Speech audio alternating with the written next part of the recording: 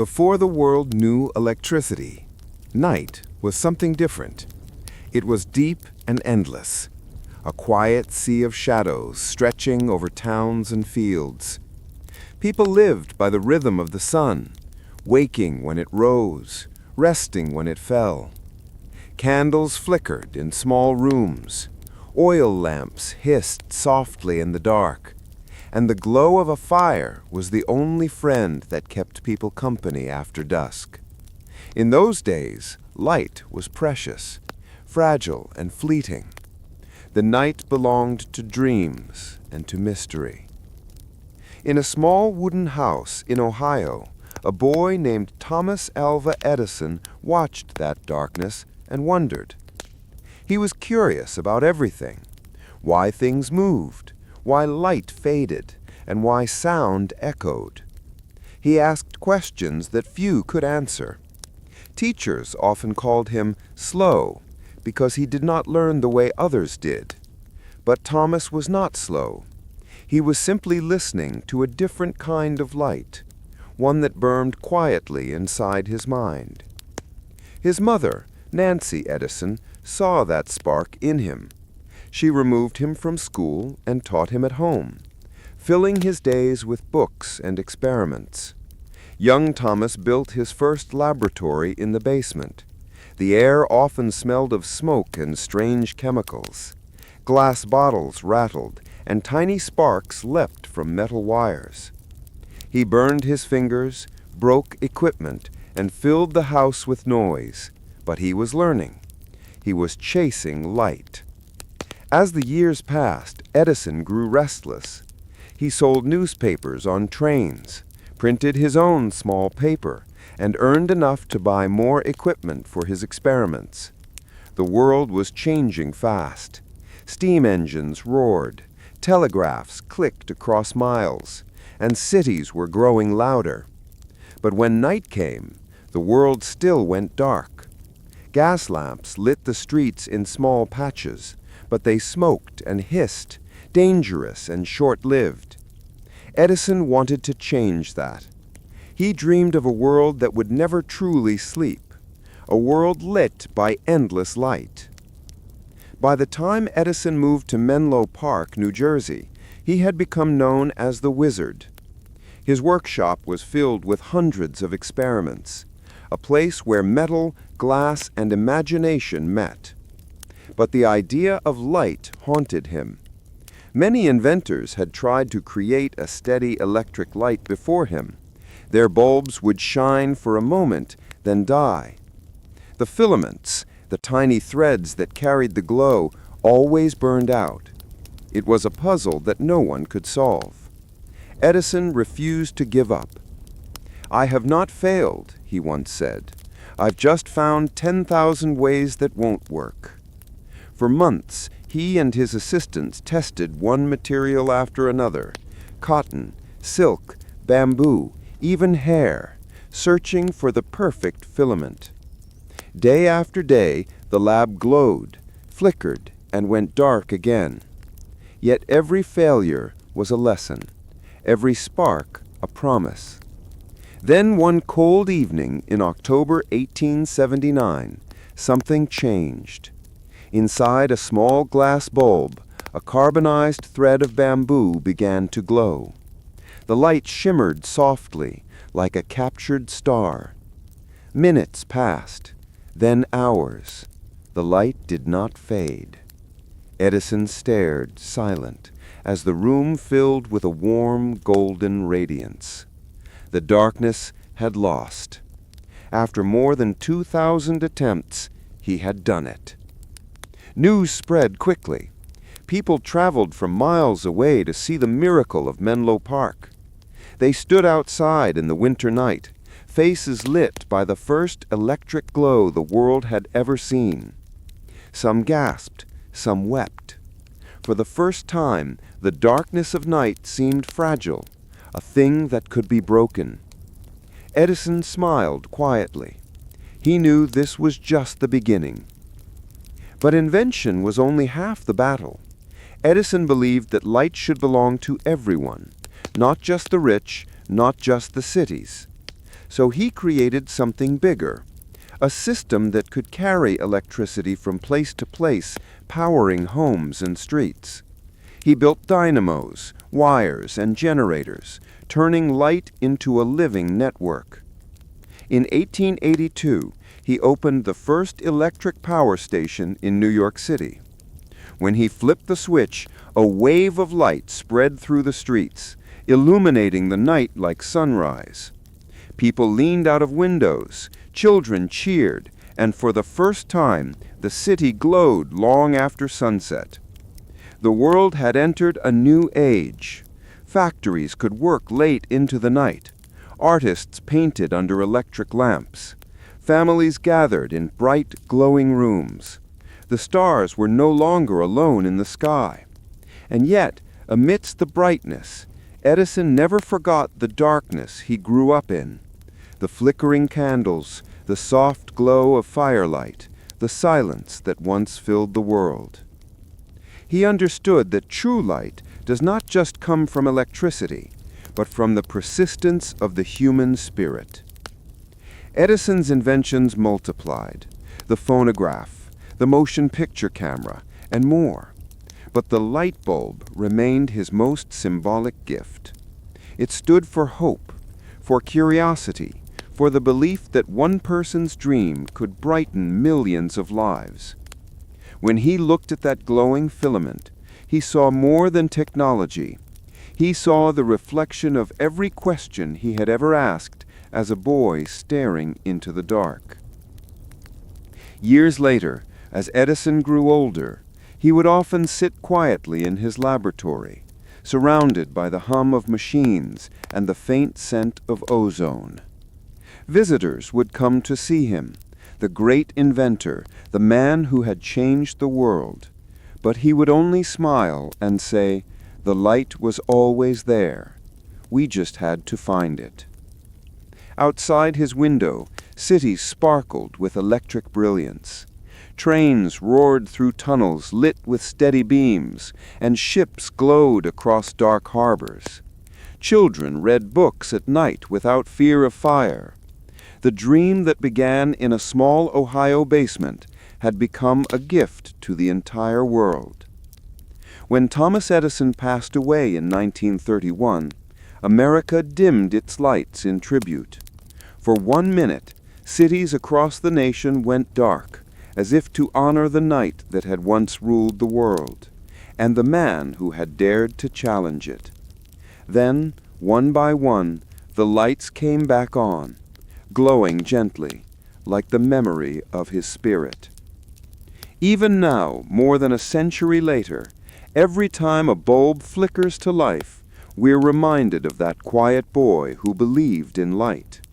Edison's legacy isn't just the electricity that powers our homes. It's the courage to keep trying, even when the world seems dim. It's the belief that no idea is too small to change everything.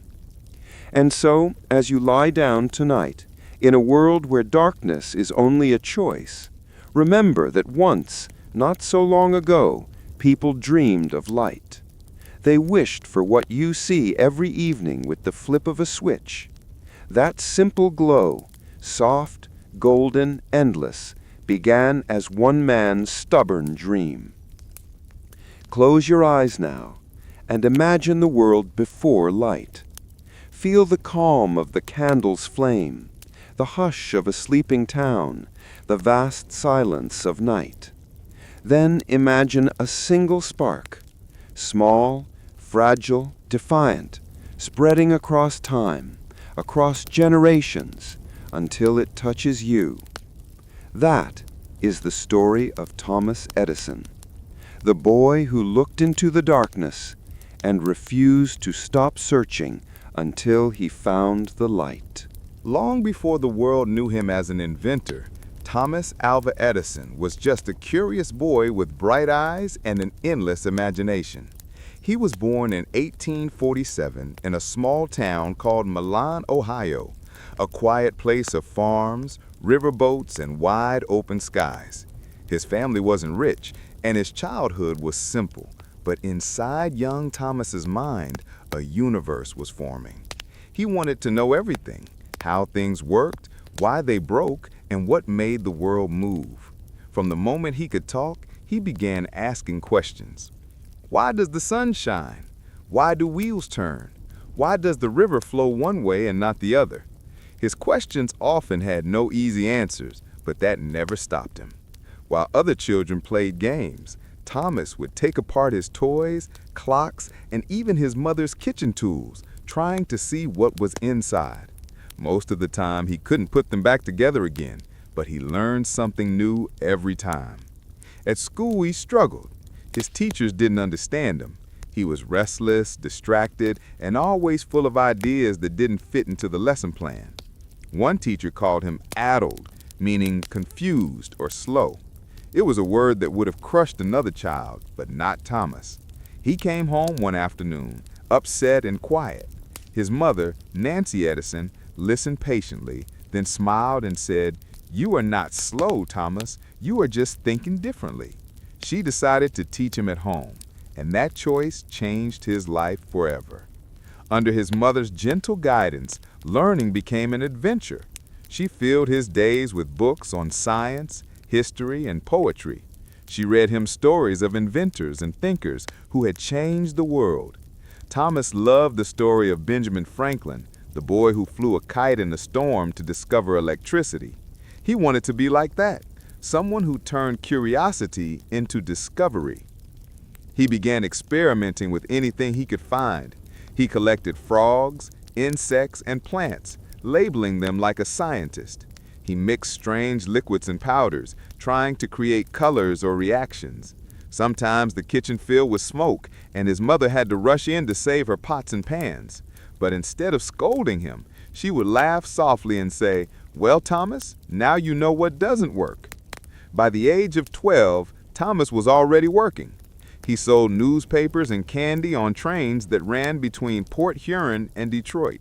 He carried his books and small lab equipment with him, reading whenever the train was still and experimenting whenever he had time.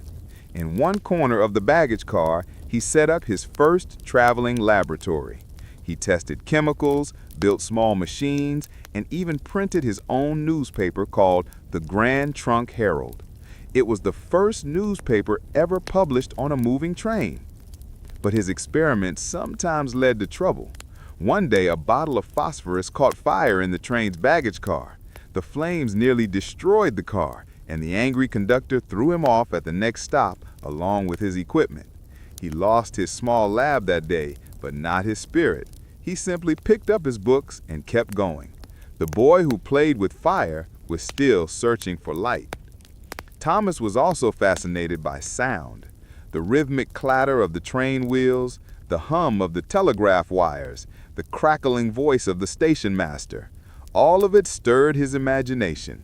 He taught himself Morse code and became a telegraph operator, tapping messages across miles of wire. Each click and spark carried meaning, and in those tiny bursts of sound, Thomas heard the future.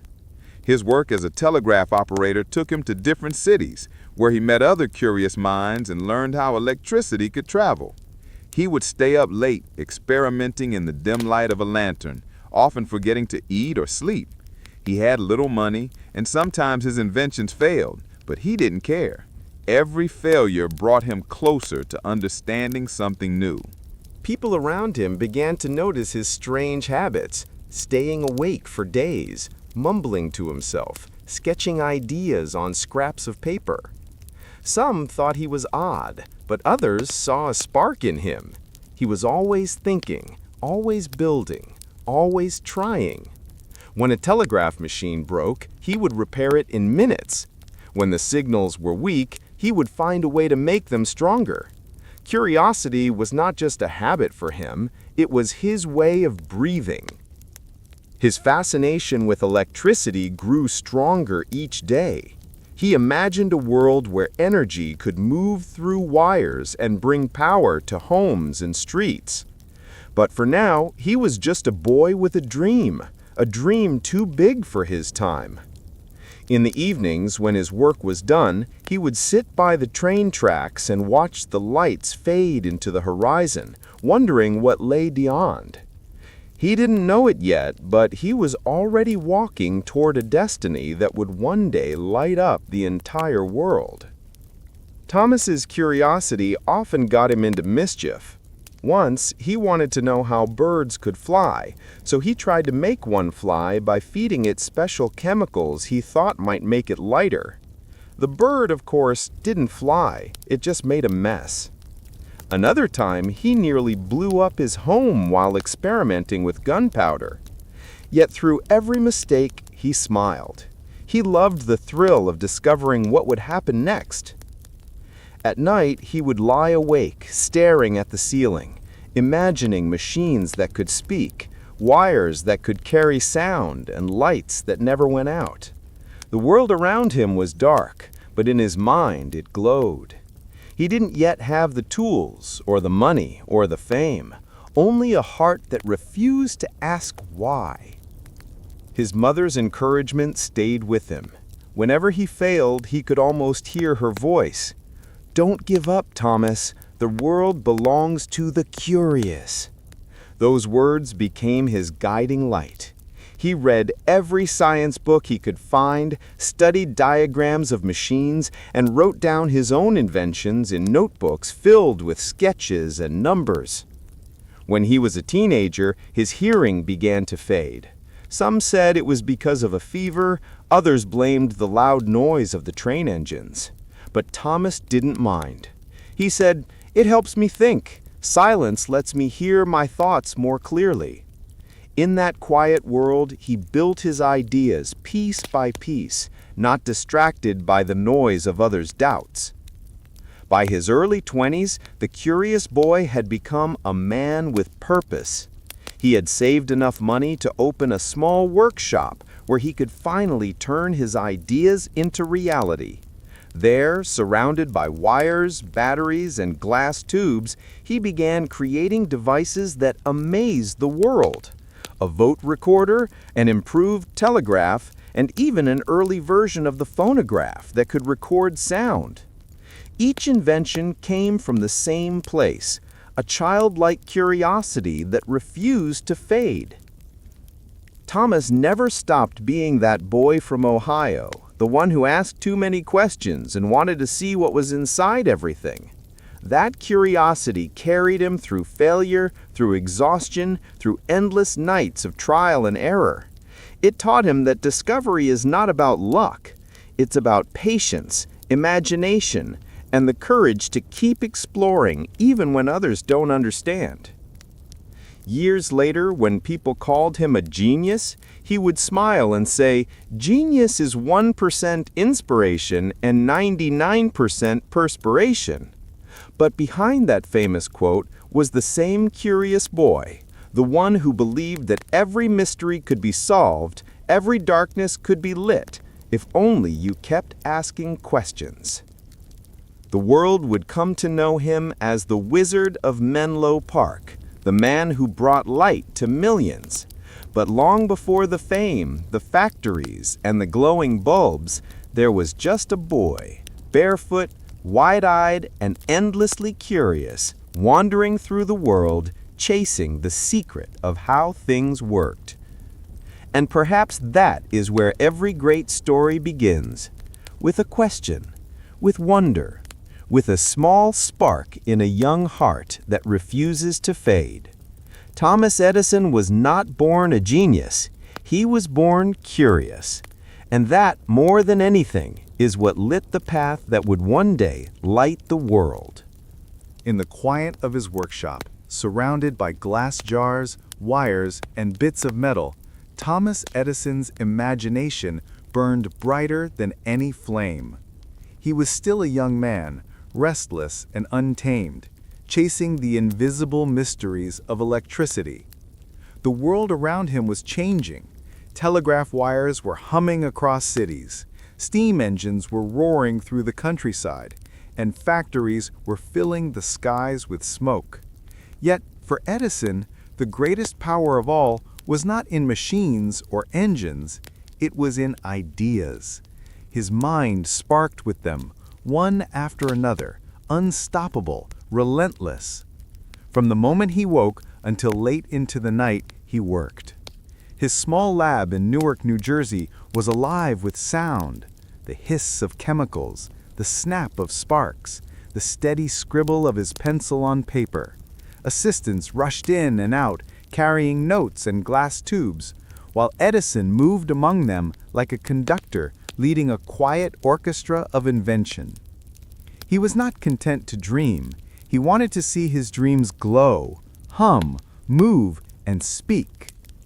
Edison believed that imagination was not just for poets or painters, it was the fuel that made progress possible.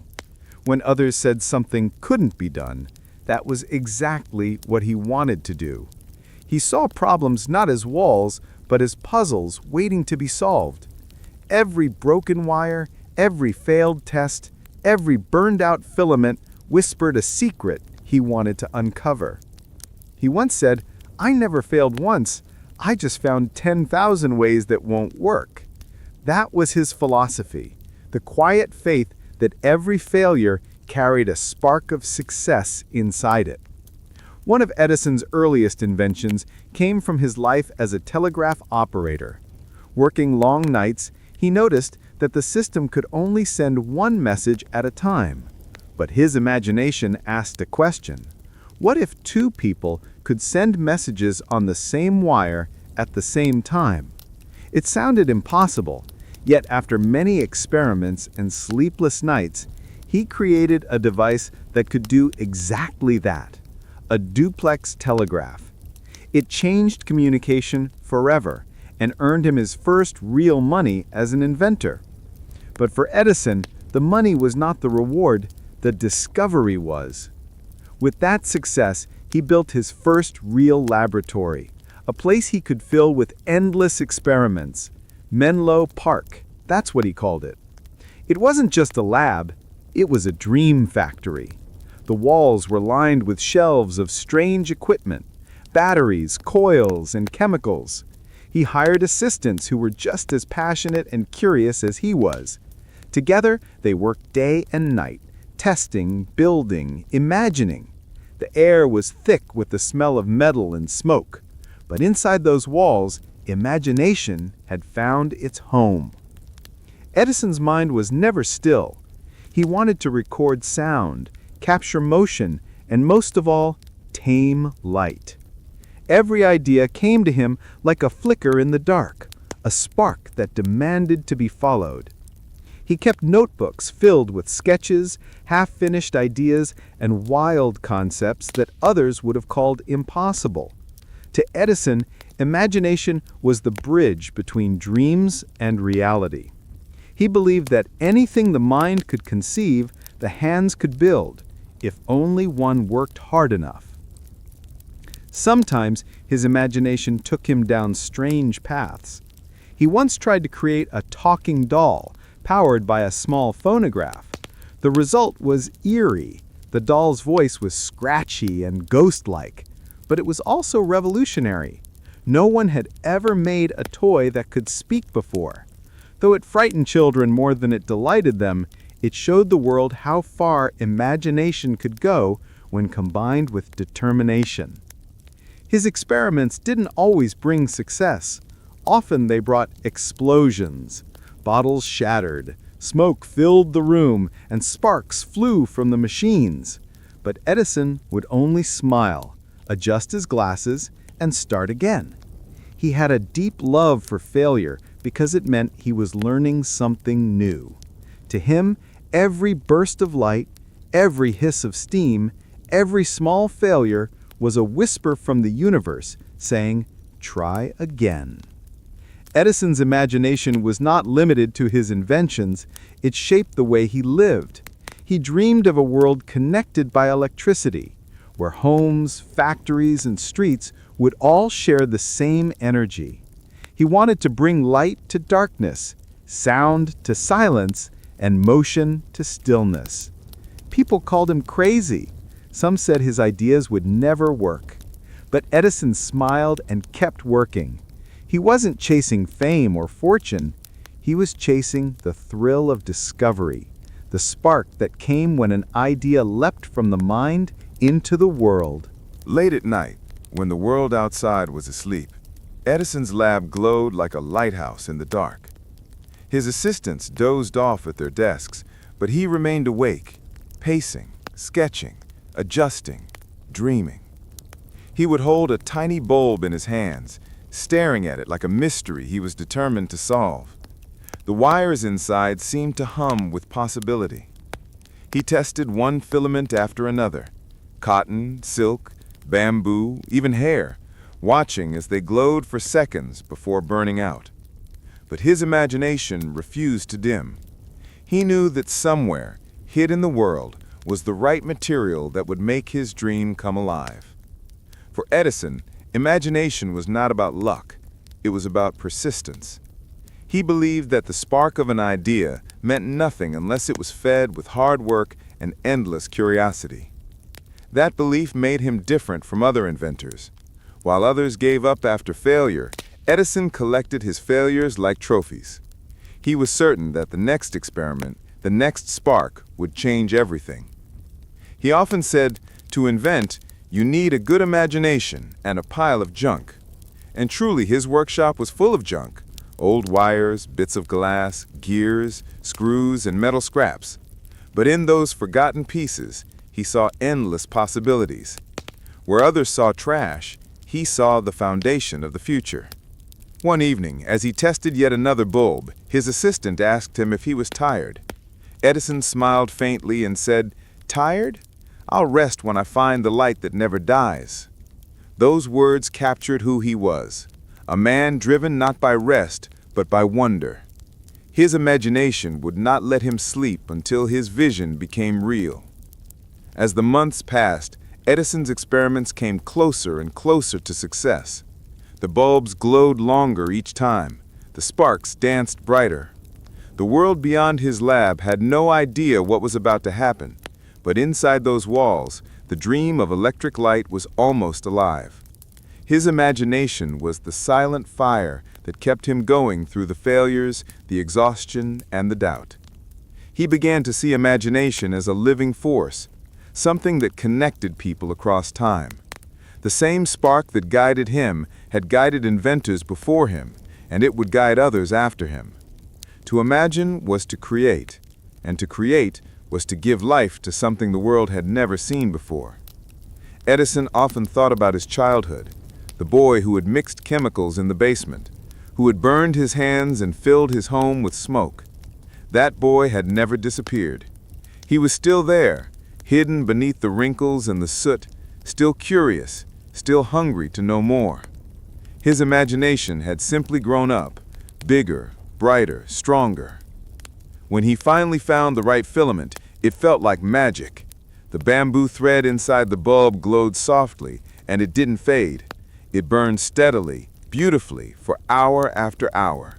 The room filled with a warm golden light.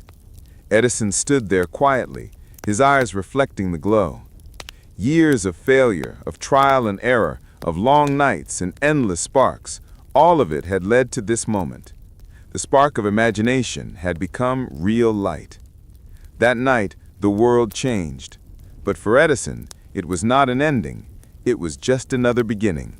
The same imagination that had driven him to create light now whispered new ideas, better machines, moving pictures, recorded voices, cities powered by electricity. His mind never stopped. The sparks kept coming, each one brighter than the last. And long after his hands grew old, his imagination continued to burn in every bulb that lit a home, in every sound recorded on a phonograph, in every child who looked at a dark sky and wondered what might be possible. The sparks of his imagination had leapt into the future, lighting the way for generations to come. In the end, Thomas Edison proved something timeless, that imagination, once ignited, can set the whole world alight. The world was standing at the edge of a new age. For centuries, people had lived under the rule of darkness.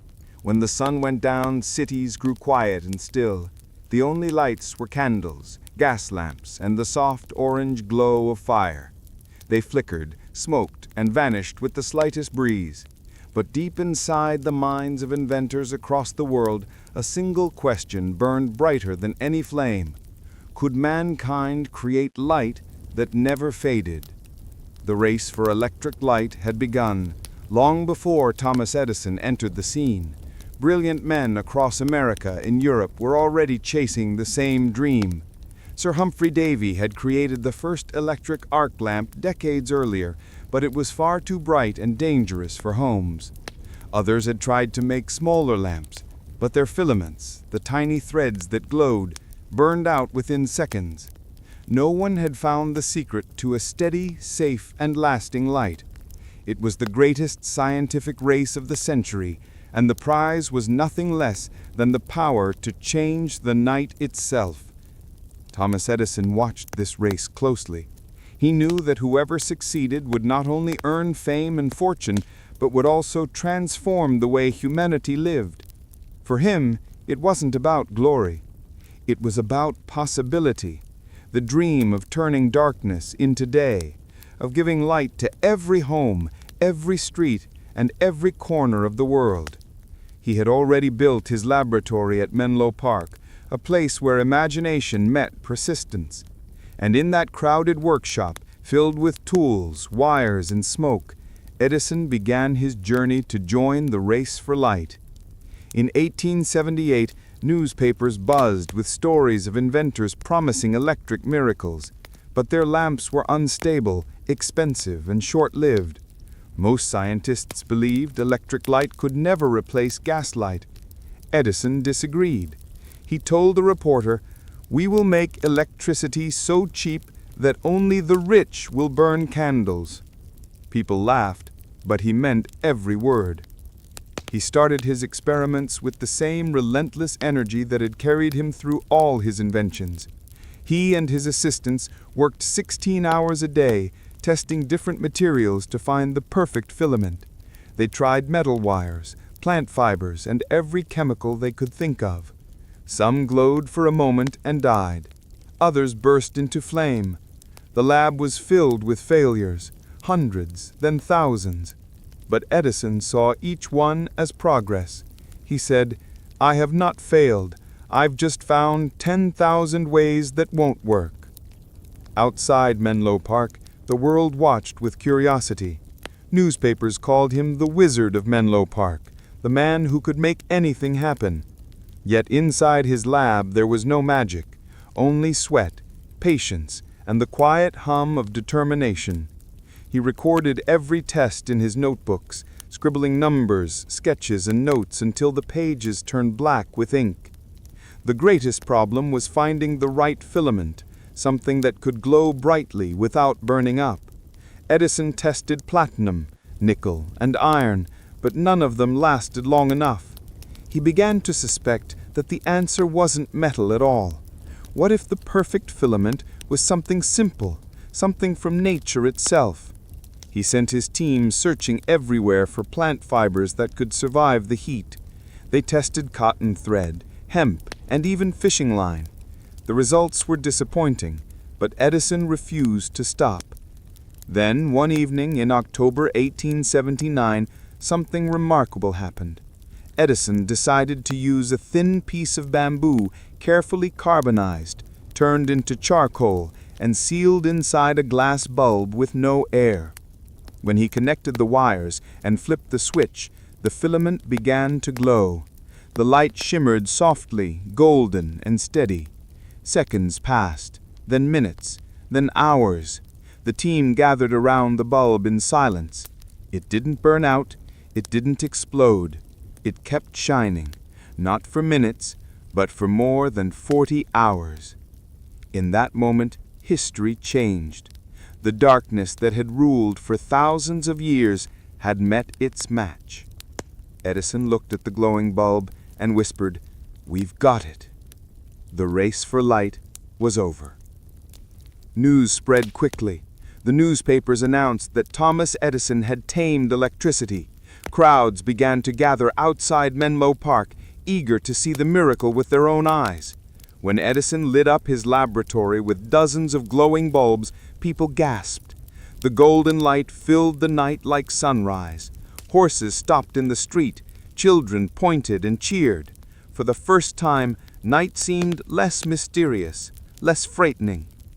But for Edison, this victory was only the beginning. Creating light was one thing, spreading it to the world was another. He needed to find a way to deliver electricity safely to homes and cities. So he began designing an entire system: generators to produce electricity, wires to carry it, switches to control it, and meters to measure it.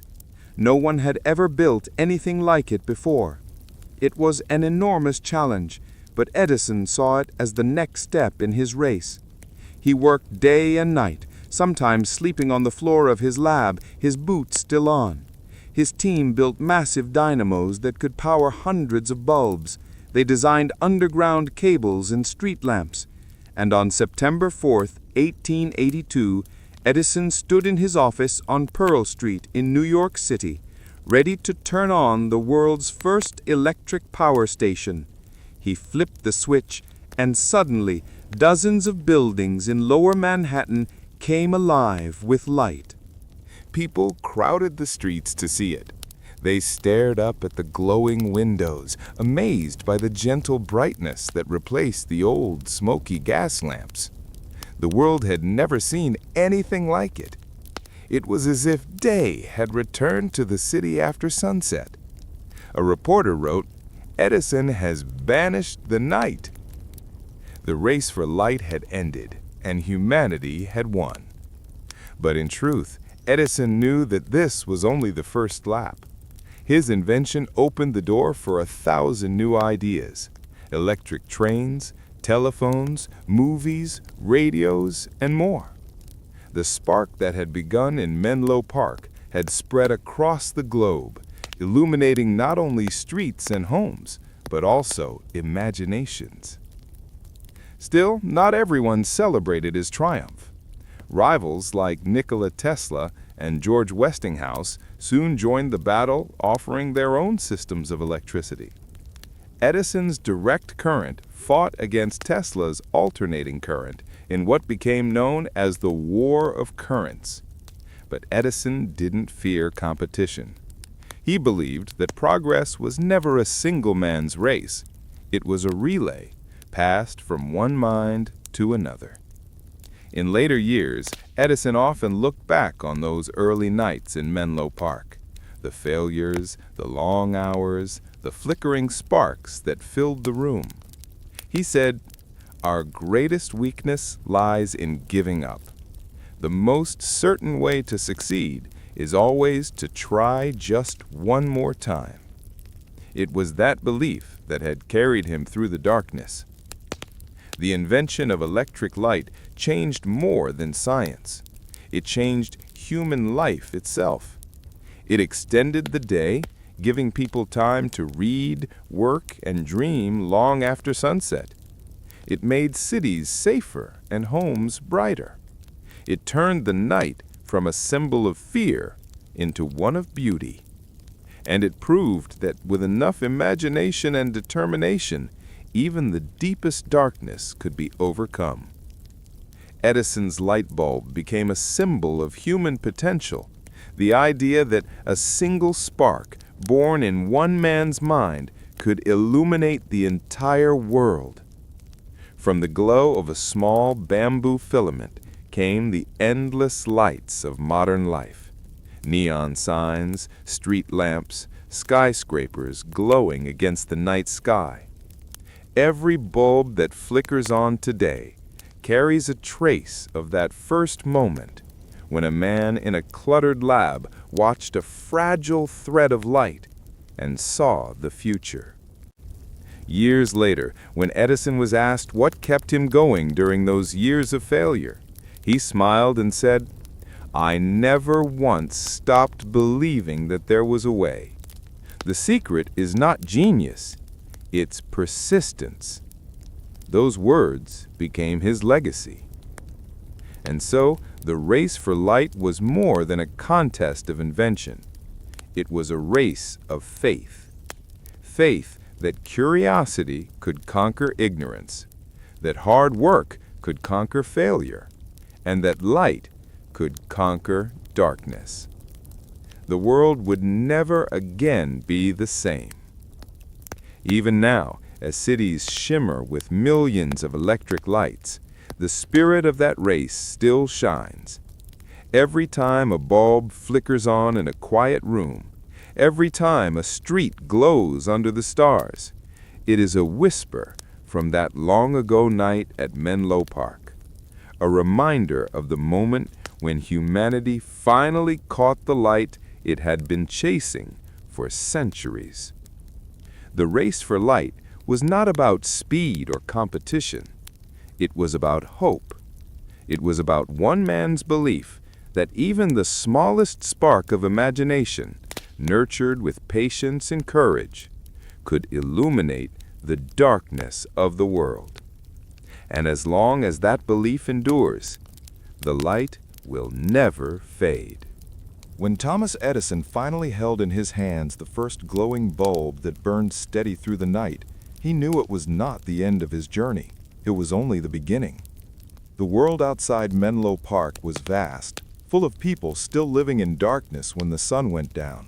His small bamboo filament had proven that light could be controlled, but now came the harder task, bringing that light to everyone. It was one thing to create a lamp that worked in a laboratory. It was another to light an entire city, an entire nation, an entire world. In the early 1880s, cities were still ruled by gaslight. At dusk, lamplighters walked the streets with long poles, igniting hundreds of lamps one by one. The air smelled of smoke and oil. The lights flickered unevenly, casting long shadows. The wealthy had chandeliers that burned bright but filled rooms with soot. For most people, darkness was simply a fact of life. When Edison looked out at that world, he saw not the night, but potential. He believed that light should not be a luxury, it should be a right. To make that dream real, Edison began designing something the world had never seen before, a complete electric lighting system. He understood that an invention was useless if it couldn't reach people. A light bulb alone was only a start. It needed power, distribution, and control. So he and his engineers began building the heart of a new civilization, the electric grid. In Menlo Park, the laboratory became a maze of wires, glass tubes, and heavy dynamos. The air buzzed with energy. Assistants moved from table to table, testing circuits, recording results, shouting over the hum of machines. Edison often worked until dawn, his eyes red but alive with excitement. He imagined entire cities glowing softly through the night, their streets alive with motion, their people unafraid of the dark. But bringing electricity to the masses required money, something Edison didn't have in abundance. Investors were cautious. Many believed electric light was a novelty, something for exhibitions, not homes. But Edison's confidence was contagious. When he spoke, his eyes shone with conviction. "We will light the world," he said simply. Slowly, financiers began to listen. With new backing, Electric Light Company was formed in 1878, and work began in earnest. He sent teams to every corner of the workshop, developing switches, fuses, sockets, and meters. Every small detail mattered. He wanted his system to be safe, reliable, and simple enough for anyone to use. A great invention, he said, must be practical. By 1881, Edison was ready to test his dream on a grand scale. He built the first electric lighting system in a small district of London, proving that entire streets could be powered by electricity. People gathered outside to watch the lights flicker on. Gas lamps looked ancient in comparison. Newspapers called it a revolution of the night, yet this was only a glimpse of what was to come. Edison's true vision was for America. He returned home and began planning something even greater, the world's first electric power station right in the heart of New York City. He chose Pearl Street, a crowded area of offices, banks, and stores in Lower Manhattan. It would become the birthplace of the modern electric age. For months, workers dug trenches through cobblestone streets, laying heavy copper cables underground. Giant steam engines were installed to generate power. Engineers tested circuits day and night. The excitement in the air was electric, literally. Finally, on September 4th, 1882, the world changed. Edison stood in the Pearl Street station, surrounded by a small group of journalists and engineers. The room was hot and noisy, filled with the smell of oil and metal. Edison gave a short nod. The switch was thrown, and in that instant, the dynamos roared to life and the lights of lower Manhattan flickered on. Outside, people stopped in their tracks. Windows that had always gone dark after sunset were now glowing with a soft golden light. Streets shimmered. The city that never truly slept was born that night. The New York Times called it the dawn of a new era. Edison simply smiled. He didn't shout or celebrate. He just looked out the window, watching as his dreams spread through the night. But the work was far from over. To truly light the world, Edison needed to expand far beyond New York. He sent engineers across America to install electric systems in cities and towns. Within a few years, electric lights began appearing in hotels, theaters, factories, and railway stations. People who had once feared the dark now marveled at the beauty of the night. For the first time, the world's rhythm began to change. Work, entertainment, and life itself no longer ended when the sun went down. In homes, children could read before bed without the smell of kerosene. In hospitals, doctors could operate under steady light. In factories, machines ran longer, production increased, and cities grew. The invention of the electric light didn't just brighten the world, it transformed it. Still, Edison's light had rivals. Across the ocean, brilliant minds like Joseph Swan in England and later Nikola Tesla in America were perfecting their own systems. Competition was fierce. The battle between Edison's direct current and Tesla's alternating current became known as the War of Currents. It was one of the most dramatic technological rivalries in history. Edison believed in safety and simplicity. His direct current was steady and predictable, ideal for small areas. Tesla's alternating current could travel long distances with less power loss, making it more efficient for large-scale use. The world watched as two geniuses fought for control of the future. Edison launched public demonstrations showing the dangers of alternating current, while Tesla partnered with George Westinghouse to prove its superiority. In the end, alternating current won the war, but Edison's vision had already lit the path forward. His dream of universal electric light had taken hold, and nothing could stop it. The power lines that stretched across cities, the glowing bulbs in windows, the hum of energy flowing through cables, all of it traced back to the spark that began in Menlo Park. As the years passed, Edison's fame spread across the globe. People called him the father of the electric age. But behind the title was a man who never stopped working. Even as he grew older, he continued experimenting. In sound, in motion pictures, in chemistry. He once said, "There's a way to do it better. Find it." That simple idea kept him restless, curious, and alive. By the time the 20th century dawned, the world had changed beyond recognition. Cities shone like constellations. Trains ran through the night. Shops stayed open late.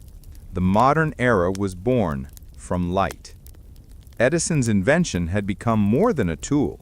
It was a symbol of human progress. It represented hope, knowledge, and the triumph of perseverance. When people looked up at glowing street lamps or saw their homes illuminated at the flip of a switch, they were witnessing the power of imagination made real. The night had been conquered, not by magic, but by the will of one man who refused to give up.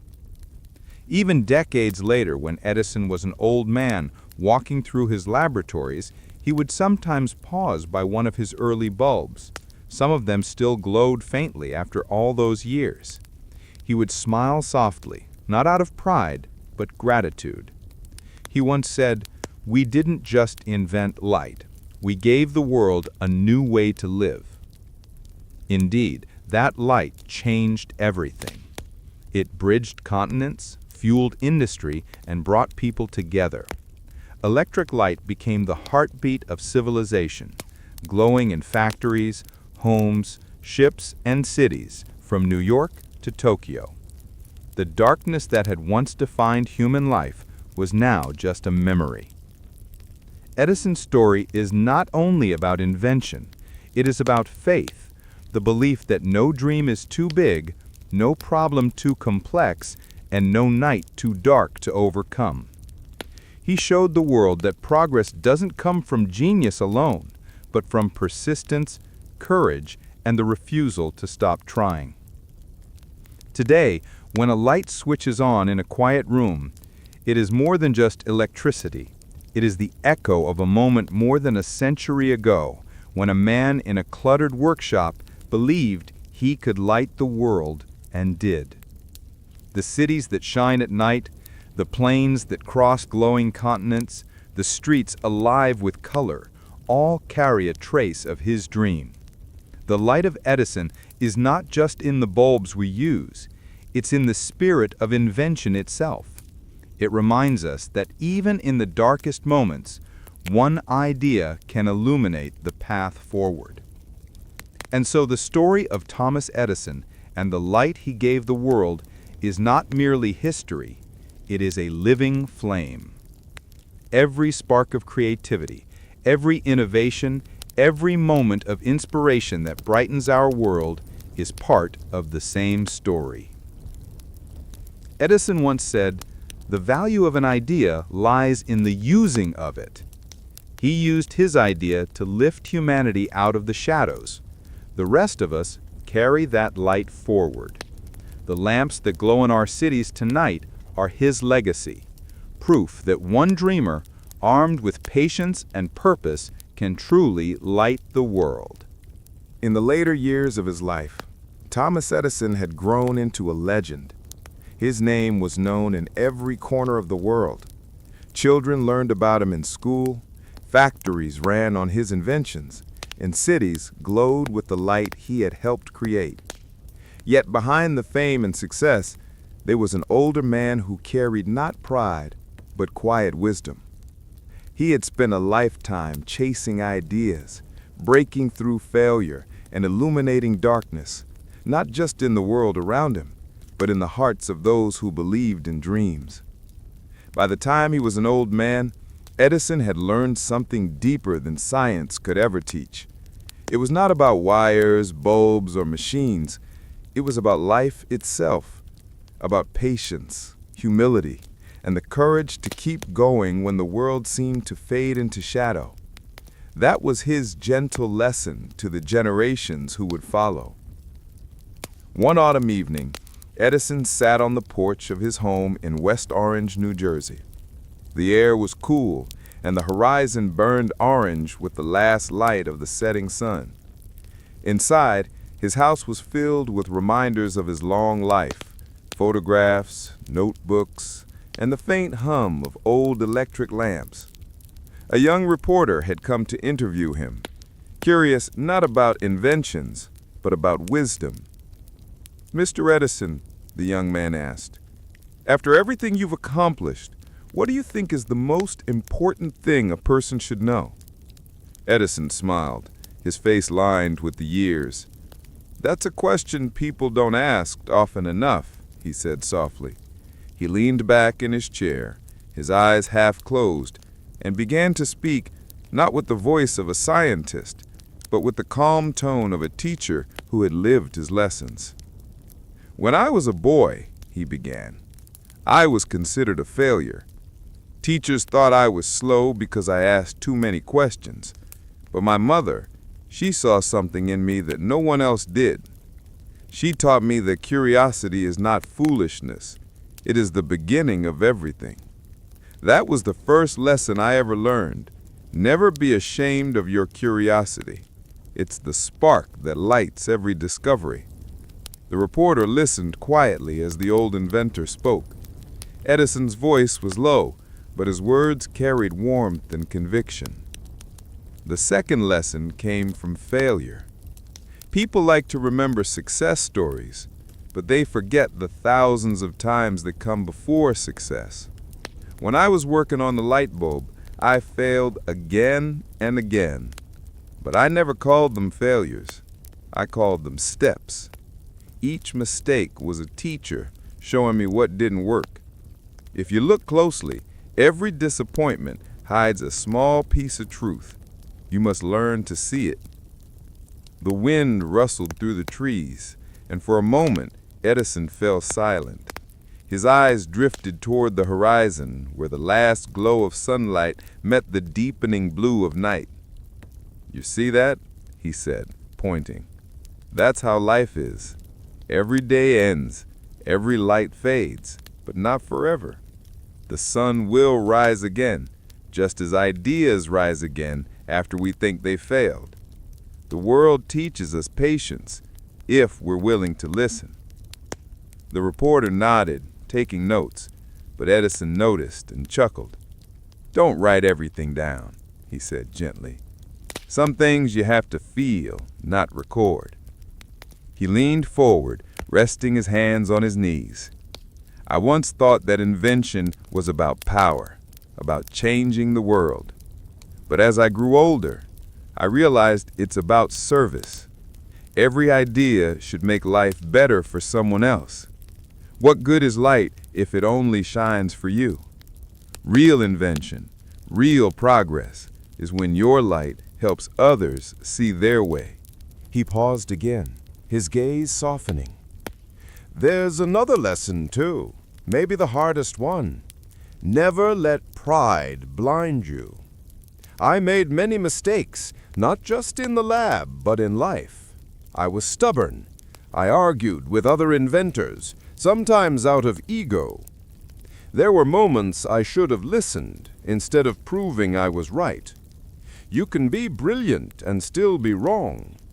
The greatest minds are not those who always win arguments. They are the ones who never stop learning." The young man hesitated, then asked, "Do you ever regret anything?" Edison smiled faintly. "Regret is a tricky thing," he said. "I've made choices I wish had gone differently, but if I erased the mistakes, I would erase the lessons too. Everything that went wrong taught me something right. Life isn't about avoiding the dark, it's about finding the light inside it." For a while neither of them spoke. The first stars began to appear, faint and far away, and the old inventor's face glowed softly in the electric light from the house behind him. He looked peaceful, like a man who had spent his life chasing brightness and finally found it within himself.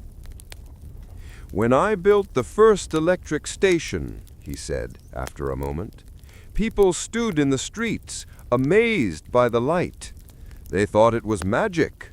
But it wasn't magic. It was work and faith and thousands of small experiments. The same goes for life. There is no sudden flash of wisdom. It's built one day at a time, one mistake at a time, one act of kindness at a time.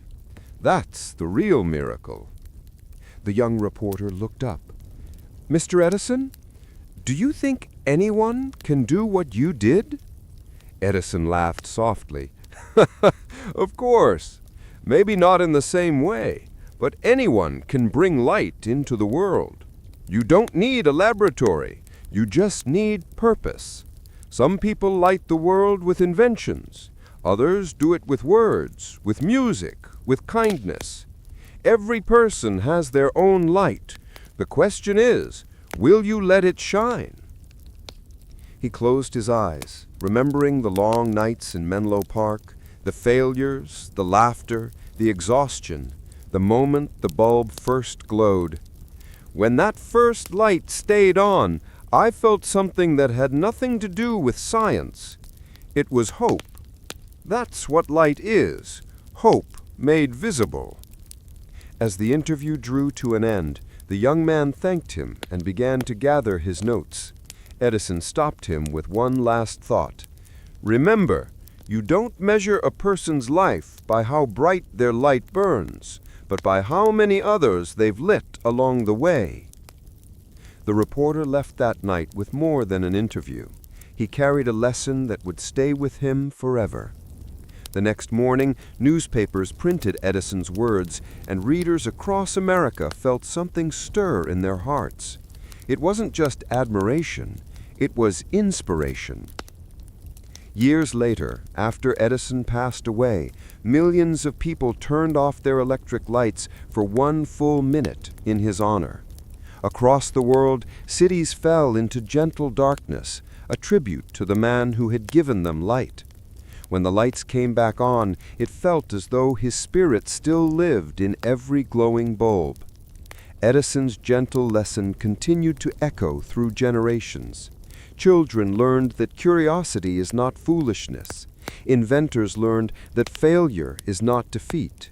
Dreamers learned that light begins in the mind before it shines in the world. In every flicker of a street lamp, in every glow of a reading light, there is a reminder of his truth, that no matter how dark the world seems, a single spark of determination can change everything. Edison's life was not perfect. He stumbled, argued, and struggled, but he never stopped believing that humanity was capable of greatness. He once said, "The world owes nothing to any man, but every man owes something to the world." That belief guided every wire he connected, every idea he pursued. Even today, when a child flips a switch and floods a room with light, they are knowingly repeating the miracle he gave to the world. And somewhere in the quiet hum of that electricity is the echo of his voice, the old inventor who sat on a porch long ago and shared the truth he had spent a lifetime discovering.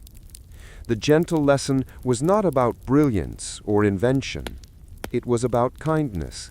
It was about patience. It was about faith. It was the understanding that true light comes not from what we create, but from what we give. And so, the man who once tamed electricity left behind more than machines or patents. He left behind a way of seeing the world, a belief that even the smallest spark, when shared with love and persistence, can light the darkest night. The gentle lesson endures. No matter who you are, no matter where you begin, your light has meaning. The world may seem vast and shadowed, but somewhere your spark will find its place, and when it does, others will see by it, and the darkness will fade. Night had fallen over the quiet town of West Orange. The laboratory that had once glowed with invention now stood still, its machines silent, its glass bulbs gathering dust. The great Thomas Alva Edison, the man who had brought light to the world, rested in his chair by the window. He was older now, his hair white, his hands frail but still marked by years of tireless work. The same hands that had held wires, tools, and dreams now trembled softly as they lay folded in his lap. Outside, the evening air shimmered with the glow of countless electric lights, his lights, stretching far beyond the horizon. The world he had once imagined now existed all around him. The room was filled with the faint hum of electricity, the steady rhythm of the invention that had defined his life. Edison stared out at the lights twinkling in the distance. He could see the lamps along the streets, the houses glowing with comfort, the factories still alive even in the late hours. It all seemed like a dream he had once dared to believe when the world still lived by candlelight. He smiled faintly, remembering how it all began. The long nights in Menlo Park, the endless experiments, the sparks that faded too soon, and the one that finally endured. He remembered the laughter of his assistants, the thrill of discovery, the warmth that filled the room when that first bulb shone for 40 hours without dying.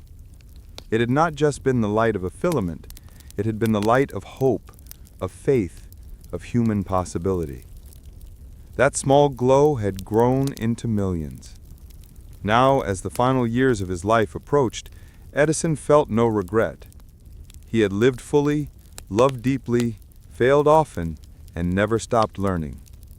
To him, life itself was a long experiment, each day a test, each failure a clue, each success a spark. He had once said that genius was 1% inspiration and 99% perspiration, and now he understood those words better than ever. True creation came not from brilliance, but from patience and perseverance. As he sat in the dim light, a gentle breeze drifted through the open window, carrying the soft scent of autumn. The world outside was alive, powered by the current he had helped unleash. He thought of his children, of his friends long gone, of the young inventors now taking his torch and running into the future. That thought comforted him. His work was not the end, it was the beginning of everything that came after. In the stillness of that night, memories came flooding back like whispers. He could almost hear his mother's voice, the woman who believed in him when no one else did. She had told him once, "Tom, the greatest light comes from inside you." Those words had guided him more than any formula or experiment. They had been his truth. He thought of the early days when people called him foolish, when investors doubted him, when newspapers mocked his dreams. Electric light for every home? They laughed. Impossible.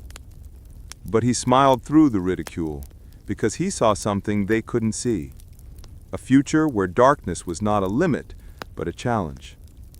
He had always believed that the world's greatest discoveries were born from persistence, not applause.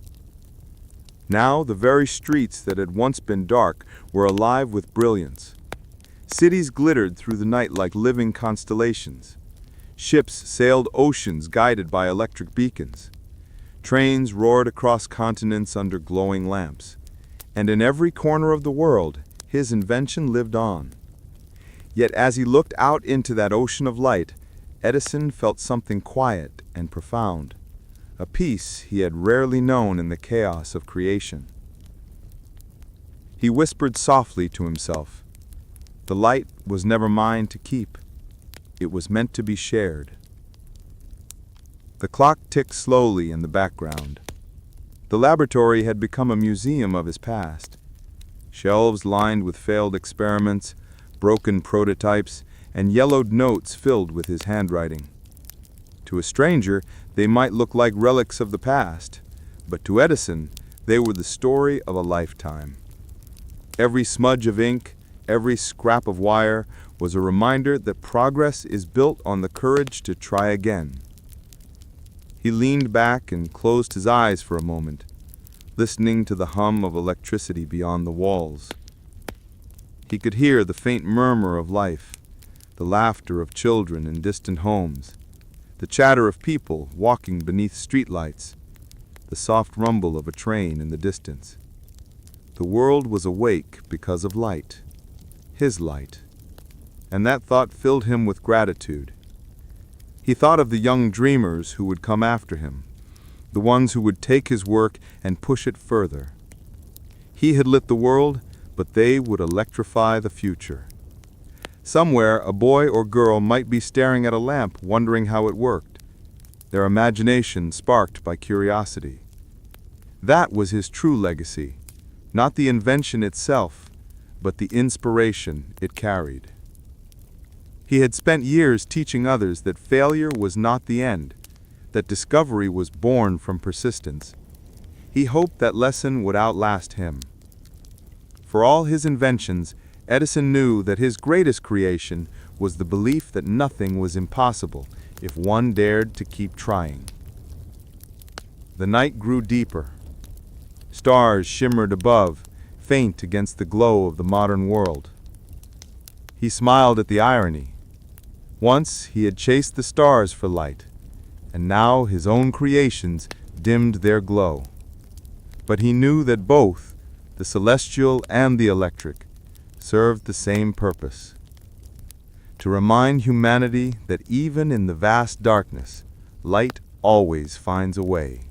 A soft knock came at the door. One of his assistants, a loyal man who had worked with him for years, stepped in quietly.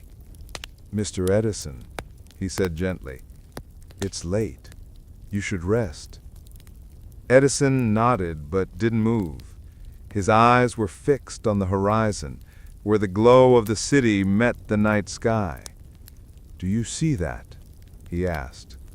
"The world doesn't sleep anymore. There was a time when everything stopped after sunset. Now the night is alive. That's what I wanted, to keep the world awake a little longer." The assistant smiled, unsure what to say. Edison chuckled softly.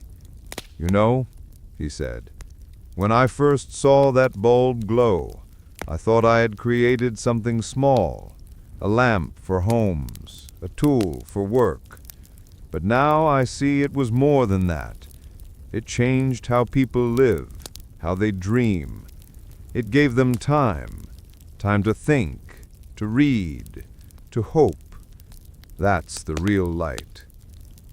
He fell silent again. The hum of the city continued like a lullaby. A long pause stretched between them before Edison whispered, "The light will outlast me. That's all any man can hope for." The assistant nodded, and Edison closed his eyes once more. His breathing slowed. His thoughts drifted through time. His first phonograph, his experiments with motion pictures, the laughter of his team in Menlo Park, the night he proposed to his wife using Morse code. His life was a gallery of moments, all connected by one thing: the desire to make life brighter for others. He could feel his energy fading, but he wasn't afraid. Death to him was not an end. It was another experiment, another unknown to explore. He believed in light too deeply to fear the dark. And then, as if the world itself were holding its breath, he whispered one last time, "There is always a way to make it brighter." His hand fell still. The clock continued to tick. The lights continued to glow, and outside the city pulsed with life. The man who had lit the world had gone quiet, but the world he illuminated would never be the same. News of his passing spread quickly. Across America, factories paused, trains stopped, and for one full minute, electric lights were turned off in his honor. Cities that had once been darkness before his invention stood in silence, wrapped in the soft veil of night. Then, one by one, the lights came back on, shimmering like stars reborn, a tribute not to death, but to eternal light. Edison's voice may have faded, but his whisper remained, echoing in the quiet hum of every bulb, every wire, every spark of creation that followed. His story became not just history, but a reminder that even the smallest idea can set the world ablaze. The closing whisper of Thomas Edison was not about endings, it was about continuation. The belief that every generation carries its own light forward. His work did not die with him. It lived on in every bright room, every glowing city, every spark of innovation that pushes humanity forward. And so the night that once seemed endless was forever changed. The darkness that had defined the human world for millennia was now only a memory. Because one man, guided by persistence and faith, had dared to whisper to the shadows, "Let there be light." That whisper still lingers in the glow of every lamp, in the flash of every idea, in the quiet persistence of those who refuse to give up. It is the whisper of hope, of creation, of light.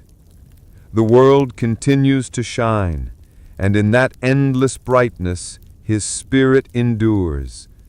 The closing whisper of Thomas Edison is not silence. It is illumination.